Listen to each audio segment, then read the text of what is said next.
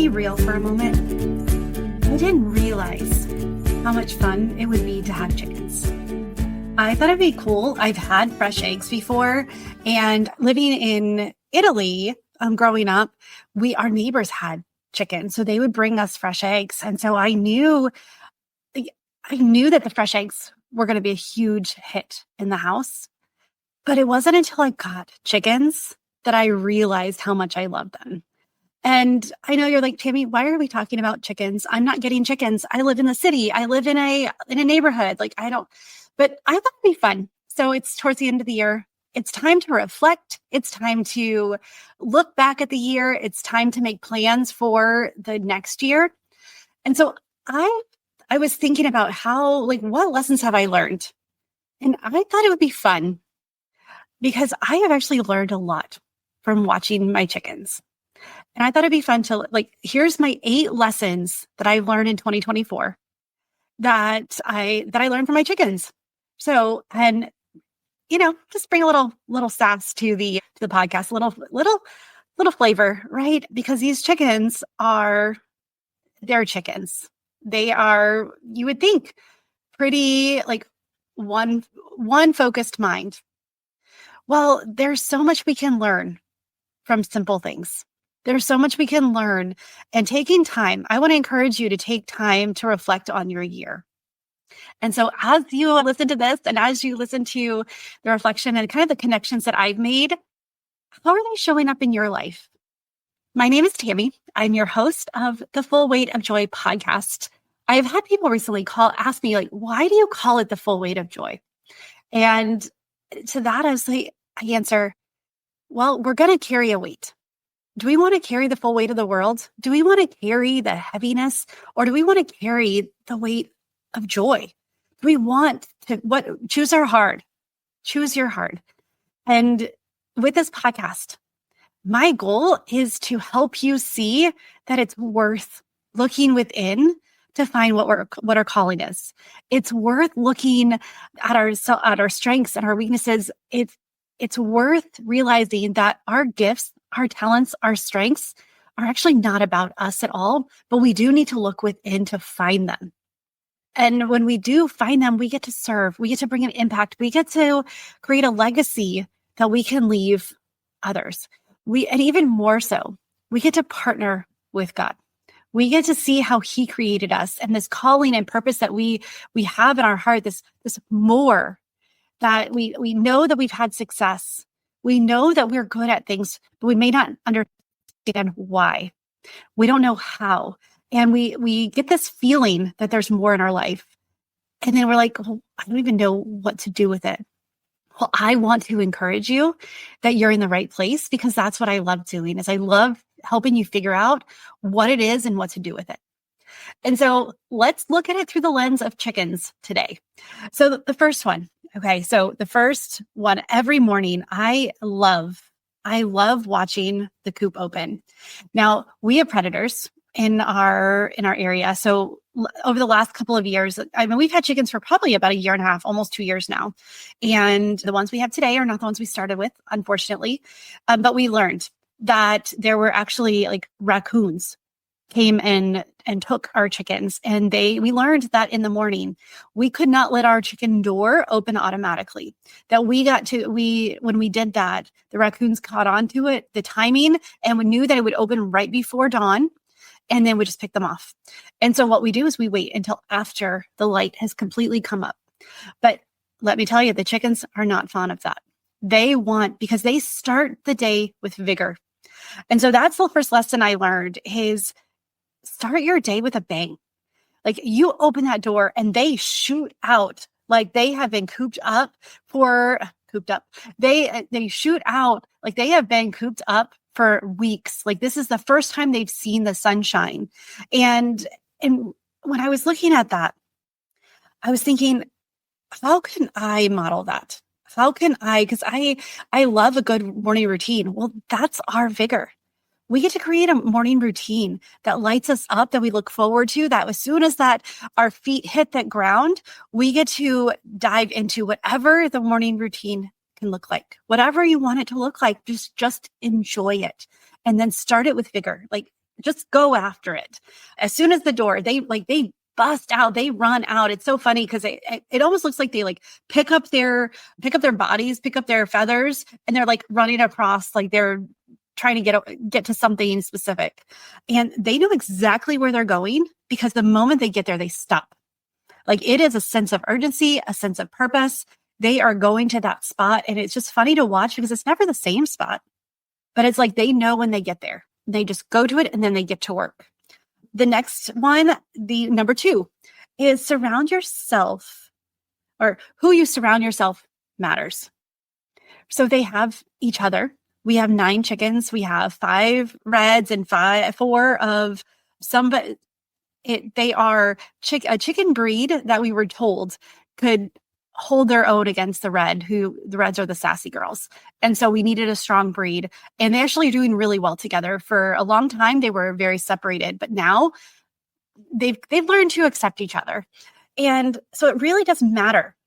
They know that when the dogs are out, that they don't have to pay attention as much. Like you can tell that they're calmer. The chickens are when the dogs are out. They also know, we have kittens now. We have 3 kittens. We have Litten, we have Sprigatito, and we have Tofu. Litten and Sprigatito, they're Pokemon. So if you can be cool and know that. We had someone who was staying at our Airbnb, and the parents were like, those are interesting names. And the kid was like, Mom, they're Pokemon. And so I was like, oh, but yes, Litten, Sprigatito, and Tofu, because why not? And so it matters. These kittens also know that where the chickens coop, as soon as that's open, they will look for, as soon as the last one leaves the coop, they run in and start hunting, because we've had one of the reasons why we got cats, because mice. And so our cats are mousers. And so they know that who you surround yourself matters. If we surround ourselves with the chickens, then we will have mice. If we surround ourselves with the dogs, then we're safe. Who are you surrounding yourself with? Are they bringing you energy? Are they supporting you? Are they encouraging you? Are they stealing your safety? Are they stealing your joy? Because who we surround ourselves matters. There's times that we are the ones who get to walk in the room and bring joy. There's other times that we need a balance of us producing and they produce. Like it's a symbiotic thing, but it matters who we surround ourselves with. Number 3, sometimes you lay a rotten egg. Doesn't mean you stop laying. I have had a lot of growth this year. I have made several big mistakes, things that I've talked about, some that I am still unpacking and figuring out what went wrong. Relationship, it's first time I've had, teenage boy. So I'm working on how to relate to my kids now that they're teenagers and how they're going to be, flying the coop in a couple of years. And then not only that, is that sometimes you're expecting it, like it looks good, but then you crack that sucker and it smells bad. We had a few months, it was just so hot and we had some of our chickens would lay in the afternoon instead of in the morning. So typically they're pretty routine, which I'll get to, and so we would, like, 1 out of every 5 eggs was a rotten egg, and you didn't know what it was until you cracked it.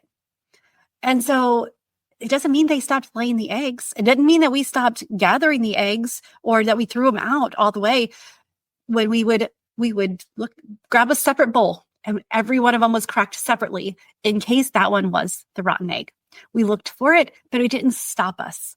Sometimes we make mistakes. Sometimes we go in wrong directions. That doesn't mean we stop, ladies. Doesn't mean we stop. Okay. The next one, this one kind of goes with, who you surround yourself with matters, but know who supports you. So these chickens, when Isaac goes out, because he's typically the one who fills the water, fills the feed. He's the one who during the week, he's the one who goes and lets them out. Like, they know Isaac. And when he leaves the house, a lot of times wherever they come, they'll start flocking to him. Or if he starts calling to them, they will come running. They know that he's the keeper of the feed. And so, yes, we have We have a lot of space for them to eat, but they love their corn. They also know, which I love when I go, they know that in the evenings, I take out our scraps. And which again, this goes to another one in a little bit, but they know that I bring the treats. And we'll go, and it's so funny because I will walk up to them and they know I'll pet them. That they do this little waddle thing and like scoot down, and that's how I know that they're ready for me to, whether it's pick them up or to pet them and talk to them, and then they go on their merry way. But they know who supports them. They don't do that to anyone outside of the family. If we have someone just stopping by and they're like, oh, can we pet the chickens? They don't, we walk up and they will come to us, and then we let the guest touch them. So know who supports you. They know, the chickens know who they can trust and who they don't. For you ladies, who do you know you can go to for support, for help, for guidance? It doesn't mean we go to everyone for that, but we can go to someone who we know will pray for us, who we know will give us sound counsel, who we know will help us in the moment versus the person we don't have that relationship with. All right. So another thing, the number 5. So we have, start each day with vigor. Who you surround yourself with matters. Sometimes you lay a rotten egg. Doesn't mean you stop laying. And then know who supports you. The next one is stay hungry. These chickens can eat 24/7. They are constantly eating. And to me, when I looked at this, it's like, it doesn't matter if they eat earlier, just they're constantly looking for grubs. They're constantly looking for something. It's okay to stay hungry. It's okay to stay moving forward. And when one place stops producing, move to the next. But stay excited. They get excited about eating, whether they're just eating feed or eating, the table scraps, the potato peels that I'll bring out. But stay hungry, ladies. Do what you need to do to stay excited about life. Don't be afraid to roost alone. Many times we crave community, we crave support. I mean, we had 2, the know who supports you and who you surround yourself matters. And also know that sometimes we have to roost alone. You will see when the chickens are in their roost box, all the other ones are out eating. They do it on their own. There's times that you need to be silent and you need to have solitude and you need to be in that space between just you and God to figure out your next step. There is joy in that. Learn to listen to the inner voice that you have. Your dream is yours. Your dream is not going to be understood by even your closest friends, your family. Your dream isn't going to be there's times that your dream's not understood by anyone, but if God's put it on your heart, then develop it with Him. Go after it and look within and get quiet and ask Him what to do with it versus always going to someone else. We've got to stop looking for external validation for things that God's told us internally to do. There's many people in my life who don't understand exactly what I'm doing. Sometimes I don't understand exactly what I'm doing. But it's okay to take the steps alone, but know who support you and know who you surround yourself with, because that'll give you the strength to walk that last few bits alone, or to step back and walk a little bit behind, knowing that I'm not actually behind you. I'm giving myself time to really look at what I need in the moment. What is God telling me? Where is my calling? What's my purpose? What's my zone of genius? Sometimes we have to walk into a quiet room to get God to talk the loudest. It's because that's how we hear Him. Don't be afraid to roost alone. The next one is number 7 is consistency breeds results. I noticed that when we have consistency, when the chickens are released the same time every day, and then the evening we lock them up as soon as the sun goes down. Now, they do not like to go back to the coop early. They will exit the coop as soon as you open the door. It doesn't matter the time of day, but they do not like to go early. But this consistency breeds results. They don't lay eggs if there's an outlier, if they're stressed, or if there is that's one thing we know that something's going on if they're not laying the eggs. because consistency is what allows them to do that. When we have the good routine, when things are out of whack, they don't do what they normally do. It's not boring to be consistent. Okay. For all my Enneagram 7s out there, it's not boring to be consistent. Find ways to make it fun. Find ways that you can bring consistency in your life because it allows for innovation. Consistency, like, I know that sounds a little crazy, but when you are on, like, think of a baby's sleeping schedule. When they're on a schedule and you break it, it's a lot easier to go back. The same thing is when we have habits, our habits really do matter, and our habits can determine our success, can determine how far we're going to go. And our habits decide if we're going to be healthy or not. Consistency breeds results. And I know that if you want that golden egg, get out and do the things every day. The chickens don't lay eggs for a couple of months when they're, of course it makes sense. They're little babies. They have to have a consistent routine for months before they start laying. Sometimes you don't see the results from your habits right away. In fact, normally we don't. Doesn't mean you stop doing them. All right. And then my final one, my final lesson that I have, there's a couple other ones, but I was like, these are the best 8. The final is celebrating simple joys. You can tell when the chickens are happy. You can tell because they go in and they give them a good dust bath. Like, we will put out like ash for them and they flock to it and they get so excited rolling around in it. And it's good for their skin. It's good for their keeps pesticides away and keeps parasites, parasites. There we go. It keeps them healthy. But that simple joy, just watching them roll in the dust. The puddles, when it rains, to watch them, because they have water in their coop. They can go back to it and get water anytime. But when there's puddles, you could see how excited they are to go and drink from the puddles. Like, it's a whole new experience for them. And it's just a simple joy that they have. And then also just the potato peels. I go, and whether it's carrot peels, potato peels, like ends of carrot, all the rubbish that we have, and I take it to them and they get so excited about it. What can you get really excited about? What simple things can you reach down and you can look forward to? Because that's really is the joy of life. It's about the simplicity of life. It's about being grateful for what you have and being content with what you have. God talks about when you are content and you steward small things well, that's when you get more. And I think that's with the joy too, is if you're going to miss, it's easy to really appreciate the big joys in life. But if you can appreciate the small little things that happen, that's where the goodness is. I'm trying to come up with this word, the strong word, because when we are appreciating the simple joys, that's when joy is easy to find. And joy is my goal. Joy is what I want. And not just happiness. Happiness is fleeting. Happiness is circumstantial. I can have joy.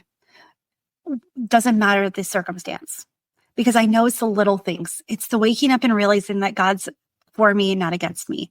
It's waking up and realizing that I can watch the chickens run across they are so funny. Maybe I need to get a video. I'll put it on like Facebook or Instagram or something of them getting out in the morning, because it's so fun to watch and it just makes me happy.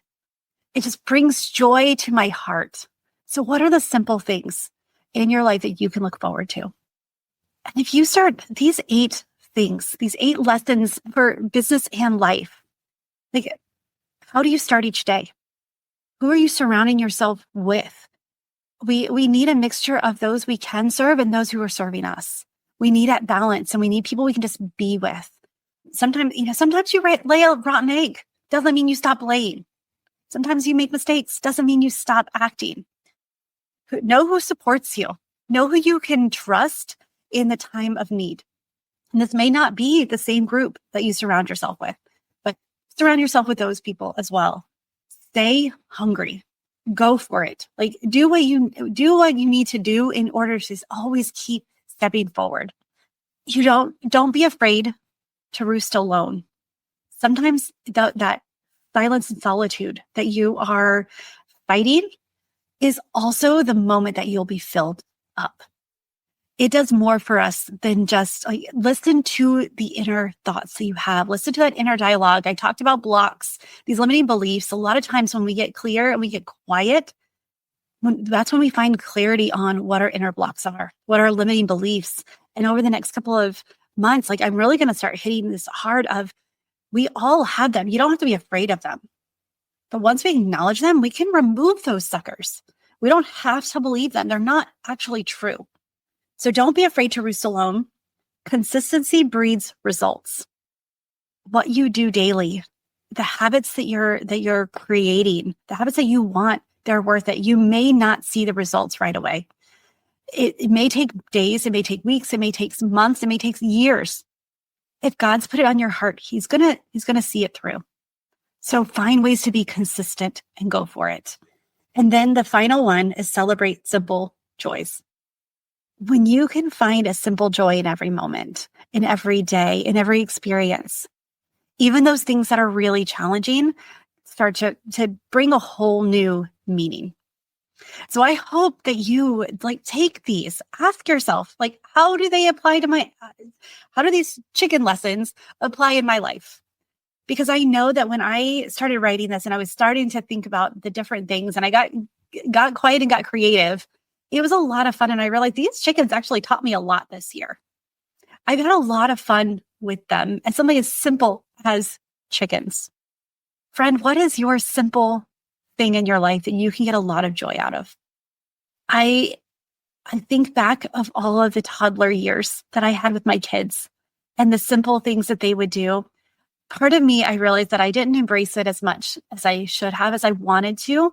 And I look back at the reasons why. I was a single mom. I was grieving and trying to explain to my toddlers that their dad, who they adored, wasn't coming. So giving myself grace for that.